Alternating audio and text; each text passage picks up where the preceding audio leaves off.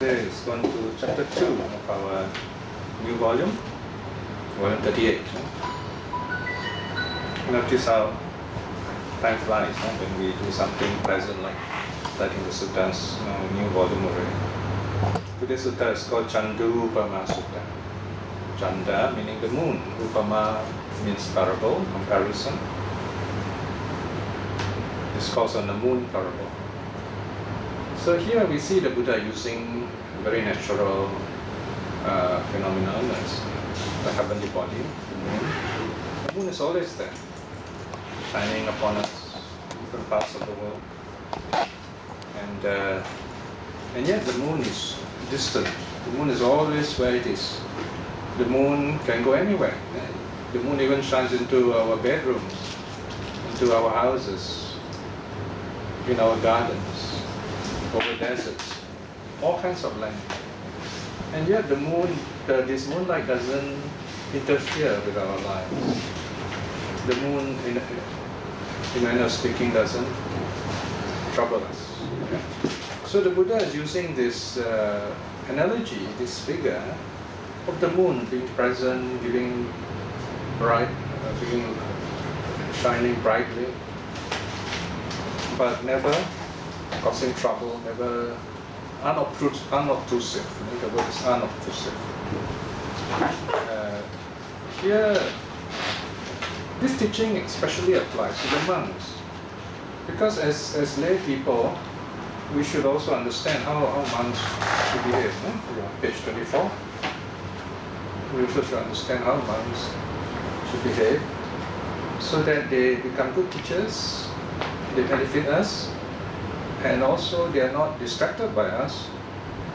They don't go the wrong way, and so that they can attain some kind of spiritual benefit and awakening in this life itself.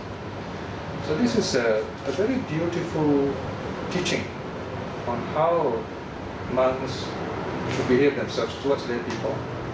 And of course we can also learn from this how we can conduct our lives also, to be truly happy in this life itself. So let's see what we can learn from this teaching today, the parable of the moon. Page 35. Now again, don't forget to see the reference. What is the sutta reference here? Yes, 16.3. So this is from Samyutta Nikaya, chapter 6. There's a typo at the top. If you look at the top line, it should be nidana vagga.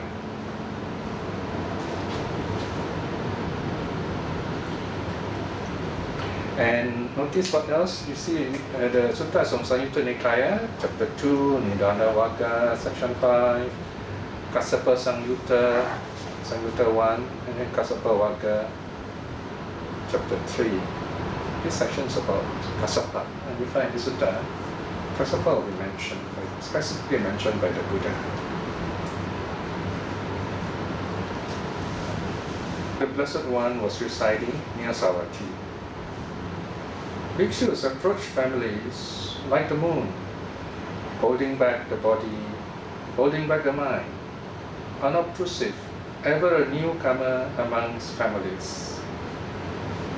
This is the key line. This is the main teaching here. Approach families like the moon, holding back the body, holding back the mind, unobtrusive, ever a newcomer amongst families. Holding back the body means what? Don't be too pushy. You just don't bunch yourself into people's lives, in other words. Do not simply visit families where the monks and nuns are concerned. Holding back the mind, so even for monks, when they think, for nuns, when they think, they should not think worldly things, holding back the mind. Unobtrusive, not busybodies, as we put it. Ever a newcomer amongst families. This is a really beautiful phrase we should remember. It's something we can apply ourselves as lay people. Ever a newcomer amongst families. or simply be a newcomer to everybody. What does this mean for a monk? It means for a monk, whenever they come to a family, even if they come regularly, if they're really truly good monks, they'll behave as if they're coming for the first time. So in other words, they will treat the family, and they don't assume that they know the family very well. In other words, they do not form a bond. Okay? Monks have no social life. Very important to understand. They do not form any kind of bonds with us because they've renounced the world, basically. So in other words, they're meant to meditate. Of course, you need help. They will help you. Right? So if someone tells you, oh, this monk is very nice to me, so close to me, something's wrong. That's not the way they're meant to function. You don't say, for example, oh, this doctor is very nice to me and very close to me. The doctor is supposed to help you. Not supposed to socialize, something like that. But in the case of professional, the idea is not to be unethical. Right? In the case of the monk and nuns, not to form any bonds so that they can practice their spiritual life. For us as lay people, to be a newcomer means every time you meet someone, you treat this person as new, meeting for the first time. Even people close to us, you might even say even our spouses and children, because people are changing, so we need to know how they feel, how they think, so keep up with them, so to speak. In that way, we do not treat them as, oh, they are like that. We have a fixed idea about people. Of course, we do have a good idea about people in the sense that we know them well enough, the background, where they come from, things we used to do. Oh yes, those are very beautiful memories. At the same time, you notice we ourselves go through changes. We learn new things, we discover new things, we change our attitudes towards certain things. Buddhism has changed a lot of our lives. So it is really interesting to discover this kind of attitude in other people. Sometimes we assume an old friend to be, we know him well. And one day it comes up with a very interesting statement and it surprises us. So this is where if we create this very friendly atmosphere of unconditional acceptance, we find people can open up in a very positive way. Or if there are negative aspects, we can try to help them afterwards. Yeah?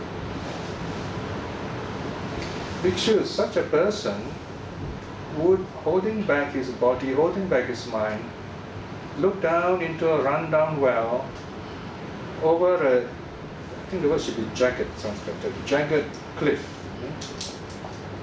In other words, this cliff is very rough and sharp rocks there, so very careful when you stand on the cliff. Or into a river difficult to navigate. Not difficult to access, but difficult to navigate. Right? So we're very careful, right? Or if you want to say to a river difficult to access, that means that there are the banks are it's very risky and dangerous. So you stand very carefully. You look from a distance. You look from a distance, in other words. And notice the Buddha says, even so, bhikshus approach families like the moon, holding back the body, holding back the mind, unobtrusive, ever a newcomer amongst families. So notice a repetition of this message. And then the Buddha gives an example. The Buddha says, Kassapa, bhikshus approaches families like the moon, holding back the body, holding back the mind, unobtrusive, ever a newcomer amongst families. Right? So Kassapa is this wonderful, very serious monk. We always go to poor people, poor families, to give them a chance to get married. It's simple. The kind of food they give is very little, very simple, and yet he is happy with them. And some of the food is not very clean. He accepts them. Now, this teaching is 2,500 years old, and you can imagine, these are special qualities which actually enrich our culture. We begin to lose this, unfortunately, with the onslaught of Western culture, Christian culture, and so on. So it's good to remember these things. In fact, these are words which we know very well as children. I know the Thai word and the Malay word, but I don't know the Chinese words.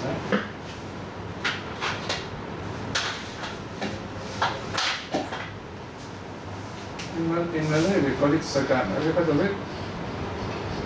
Sagan, in Thai it's written like this. Printer. This Thai means a heart or mind. Crane means sort of a whole back, Malay is a sagan. So Chinese, what do you know? What? Paise and so on. But paise is more like face saving, right? Here, Kringcha in Sagan is more like, of course, dictionary meaning will be the same. The idea is not to, number one, to rush into people's families and treat it like it's your own home. So you find that Asian generally are very careful what they do in another person's house. Whereas a Westerner, if you say it's welcome, he'll probably do anything.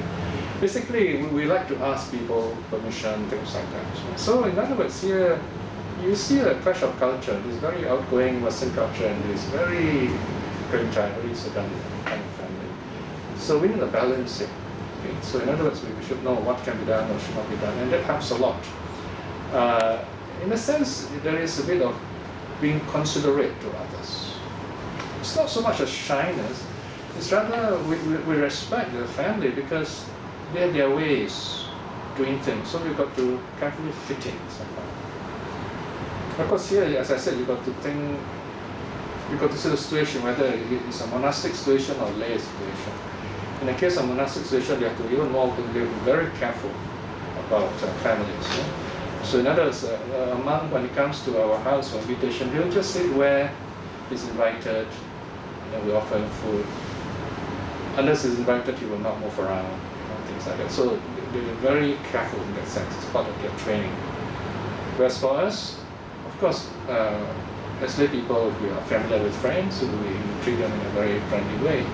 But still, there are certain things we would not force ourselves upon them. We are friendly and kind to them, and considerate. We consider it's very important here. So then the Buddha continues, verse 4. What do you think, bhikshus? What kind of monk is worthy of approaching families? In other words, when is a monk ready to really go out there and go to the families, visit them for alms? And then the monk say, Bhante, our teacher, our teachings are rooted in the Blessed One, guided by the Blessed One, as the Blessed One as refuge. It would be good indeed if the Blessed One were to explain its meaning. Having heard the Blessed One, the monks will remember it. It is inviting the Buddha to teach. Then the Blessed One waved his hand in the air. It is recorded in the commentary. This is the only occasion like Aparisuddha when you see the Buddha doing this. So here you see the Buddha not just talking, the Buddha actually doing some other action. He's waving his hand in the air. Some tradition says 2 fingers like that, waving in the air. And then he says, bhikshus, just as this hand is not caught up in space, grasp it not, is not bound by it. Even so, bhikshus, when a monk approaches families, his mind is not caught up in the family. Grasp it not, is not bound to it. Right? So in other words, when your hand is in the air, it doesn't hold anything. It's free. So also the monk, when he's among families, the monk's mind is open, free, not attached to anything. So, but he thinks, may those desiring gains obtain gain. May those desiring merit make merit. Just as he approves of his own gains, happy with them, he approves of the gains of others, happy with them. Such a monk, bhikshu, is worthy of approaching families, right? So here again, the monk will not be jealous when another monk got more things or whatever, or if you see his family is very rich, so he doesn't feel bad about, jealous about them. He's very calm and his mind is at peace. 7.2. Bhikshus, when Kassapa approaches families, his mind is not caught up in the family. Grasp it not. He's not bound to it, but he thinks, may those desiring gains obtain them, may those desiring merit make merit. Now this line can also be used in loving kindness practice. Right? We can also say that those who wish to obtain things they need, may they get those things that make them happy in a good way. May those who want to have marriage obtain marriage. Just as he approves his own gains, happy with them, he approves the gains of others, happy with them. Such a monk, bhikshus, is worthy of approaching friends. So what quality is he practicing here? Which quality of the four Brahma Viharas? Gladness. Gladness, muditā. Then the Buddha gives a warning. Negative aspect of section 10. What do you think, bhikshus? How is a monk's Dharma teaching impure? How is his Dharma teaching pure? Again, the monk say, oh, you are a teacher, so we will not please tell us so we can remember.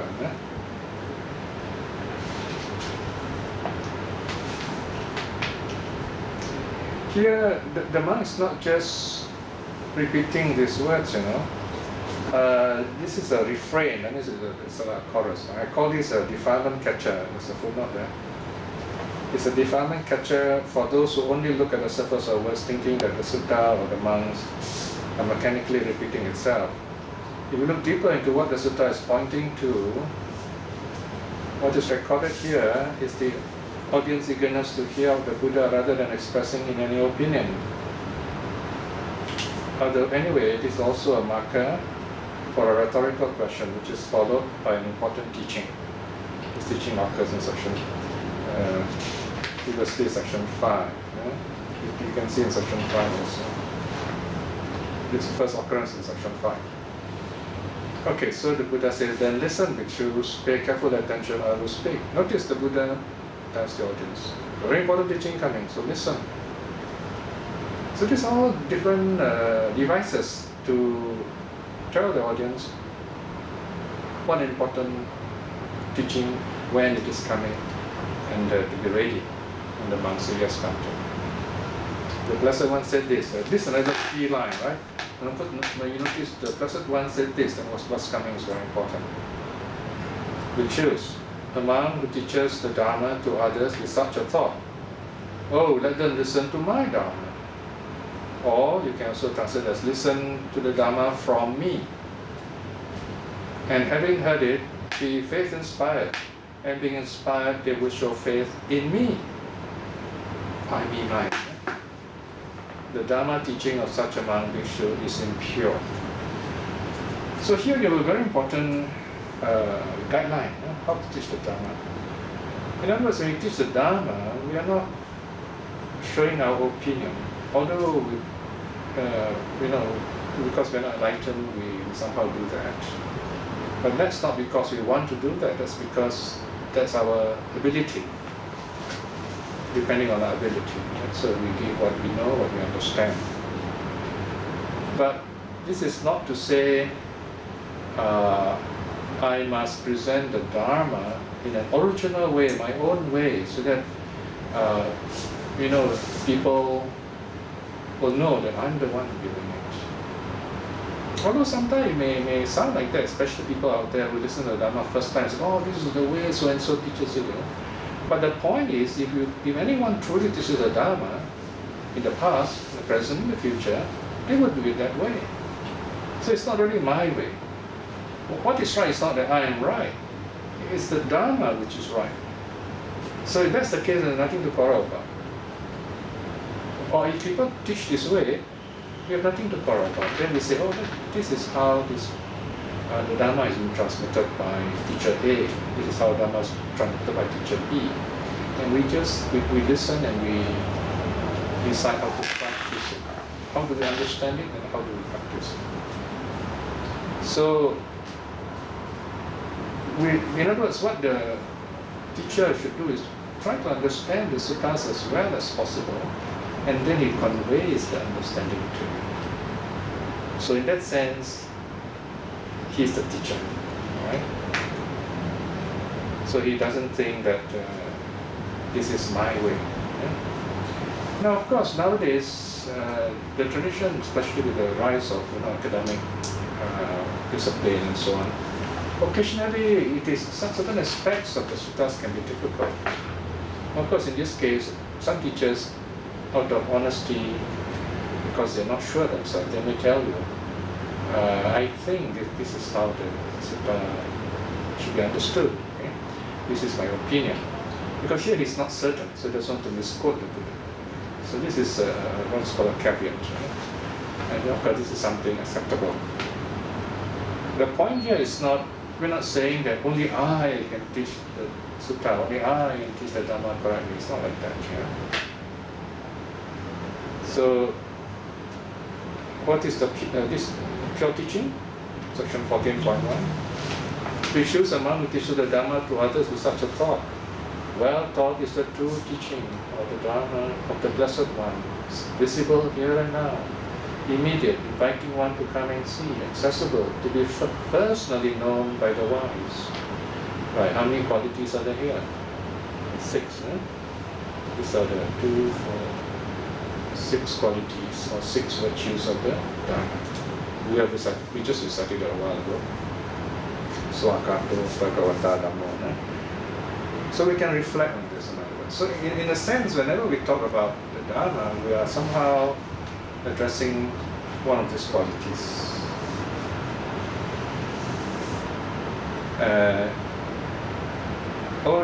Then listen to the Dharma from me. See here the keyword is the Dharma. Notice the Pali will say, Aho vata me dhammang suneyum. Let them listen to the Dharma. Not so much to whom they listen to the Dharma. And having heard it, see, it doesn't stop there. There's the other thing. And having heard it, may they understand the Dharma. So in other words, the teacher tries best to make the audience understand. Suttva ca panna dhammang ajaneyum. Ajaneyum, right? The word ajaneyum comes from the root word to know, nya. And having understood, may they practice accordingly. Right? So, step by step, notice, here, start, understand, practice.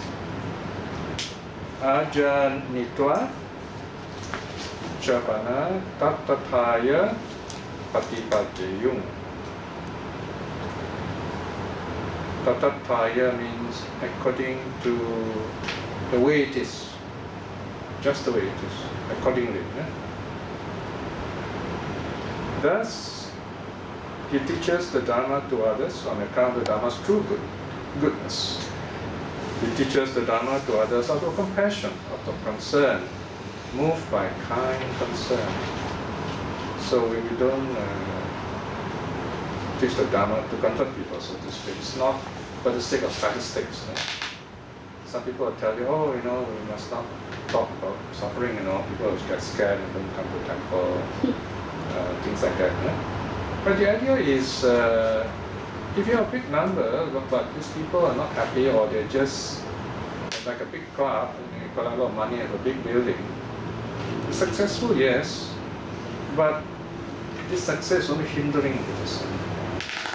So in a sense, it's very difficult to teach Buddhism in Singapore, because you have very successful groups, lots of money, lots of building, and people think, wow, this group must be successful, they have good karma, look at their buildings, look at the conveniences they have, like those mega churches, and then they think that, oh, that is the measure of success. But then it's because they're caught in this routine, so you don't think about the problems. No, but the problems are there. One day it's going to come up and the people couldn't solve it. Then what do? They have to quietly go away. Buddhism has not helped them, in other words. You find it in the Buddha's time, although the suttas often record the Buddha as teaching big groups, in the commentary the groups are very big. But in the suttas, you don't have this idea of huge big groups. A few hundred people maybe, but there are Beautiful stories about Buddha teaching a single person, a couple of people, maybe a small group, and these people change. So you have these two ways of teaching. In fact, in the other part of the Buddha's ministry, he spoke more to individuals and groups of people because he wants them to become arahants, not just members of a group.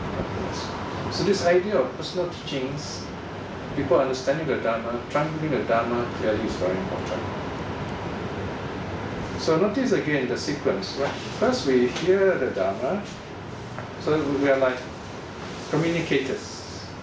Of course nowadays you can read suttas also, and then you communicate. I have people overseas writing to me asking about questions, how to teach Dharma, how to use the sutta, how to understand it.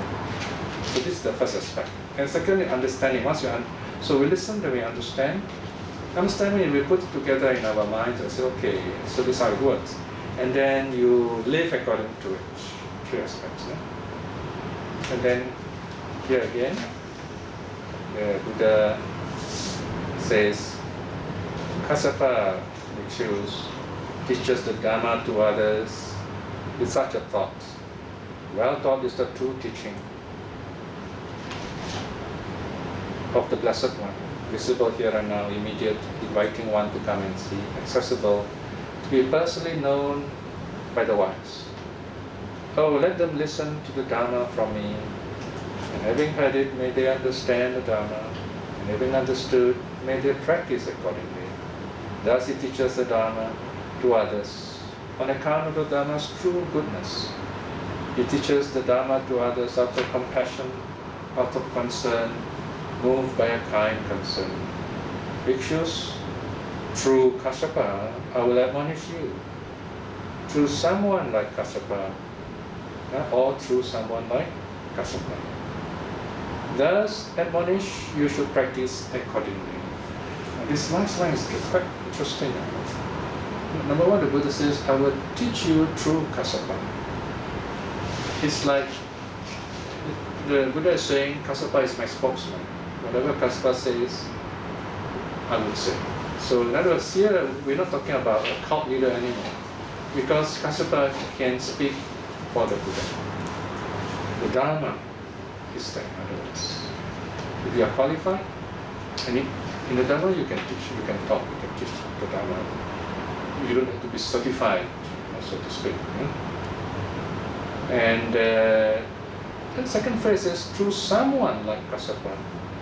So here, in other words, if you study the suttas properly, you do your meditation, you're able to talk clearly enough, you're able to answer questions.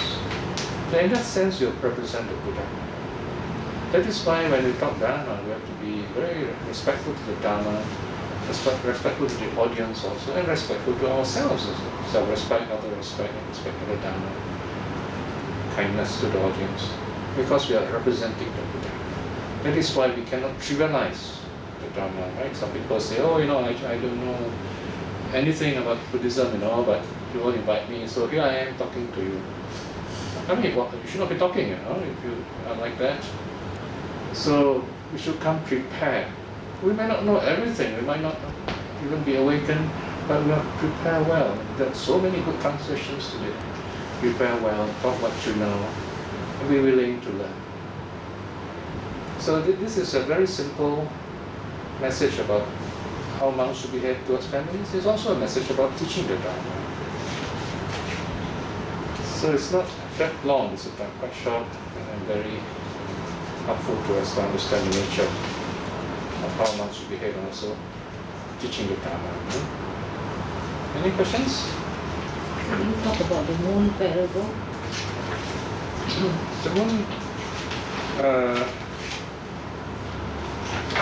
The moon parable starts off the sutta, right? You see 3.1. It says, bhikshus approach families like the moon, holding back the body, holding back the mind, unobtrusive. Ever a newcomer in families. Remember at the start I told you, what do you see of the moon? there's something I've written here. Section 2. There is also section 2 on the moon parable. So you can read that part if you want on your own. Let me just read to you the Visuddhimagga mentioned 2 verses, untraced verses, and we're not sure whether Buddha Gosha himself composed these verses. The verses go like this. Like the moon, ever a newcomer amongst families, without envy, compassionate to all alike, free from the dangers of being dependent on houses, a man is here a house-to-house alms seeker.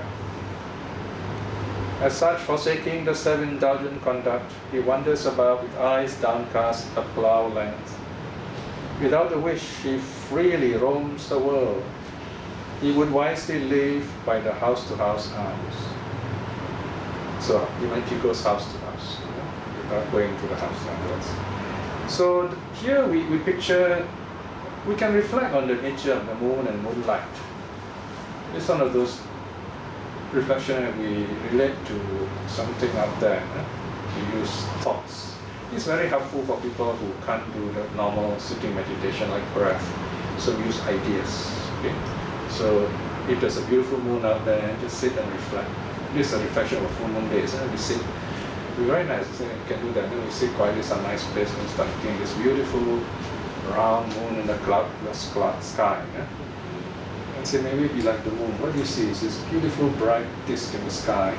It's actually a beautiful round heavenly object. It is far away, so maybe it will be kind of unaffected by the world. So at that moment, as we sit peacefully, and yet we are shining, this moon is shining all this brightness everywhere, on everything alike. The moon doesn't choose, except when blocked with something. Moon shine everything, high and low, clean and dirty. Right? It's like those 4 elements meditation. Right? Here is the light shines on everything. Remember in our meditation, loving kindness, we use the brightness, center of our heart shining outwards, right? So you can use the moon also. This moonlight shining everywhere on everything alike. The good, the evil, the rich, the poor, clean, dirty, whatever. So in other words, we show our loving kindness everywhere. And the other thing is this moonlight is shining, and yet the moonlight doesn't move anything. It shines on the water. You can see in the water, but the water is not moved by it, not troubled by it. Same thing with the trees. Everything else is not disturbed in any way. Instead, everything is seen more clearly in the night. So may our lives be like that too. As Buddhists, as happy people, we bring brightness, happiness to other people.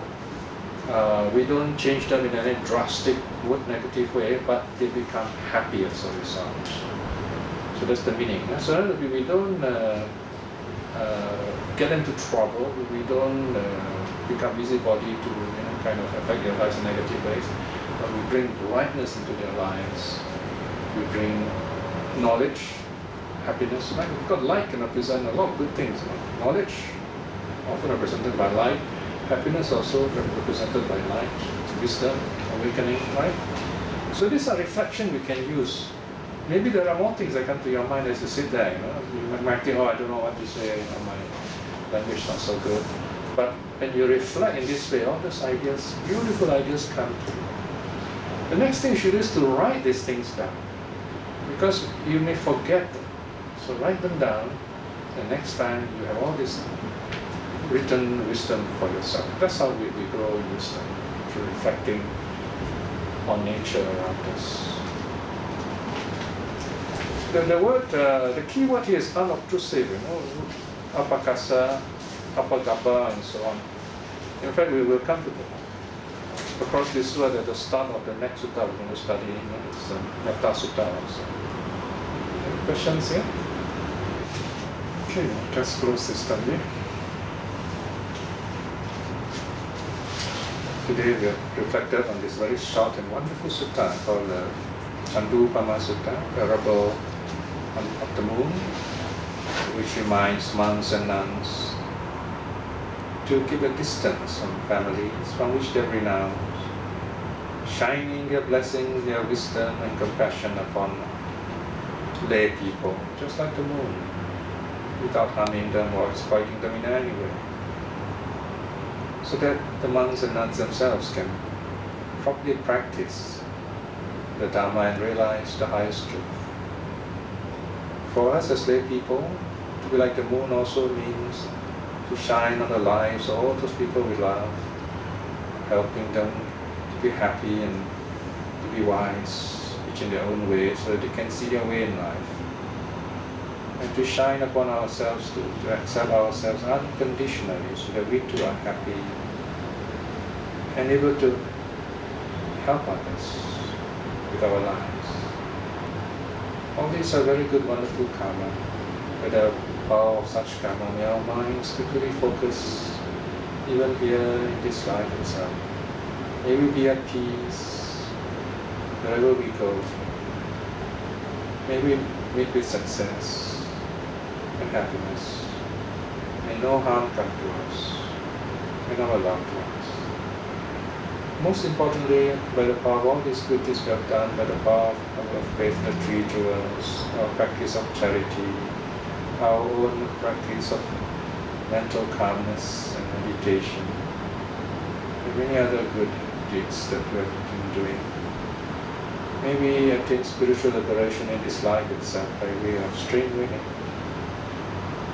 In this peaceful moment, still let us send our loving kindness to all those people we love, and also to others whom the Dharma have not touched, or who have difficulty with us and with the Dharma, that they may open up their hearts and receive the Dharma and be happy and kind people.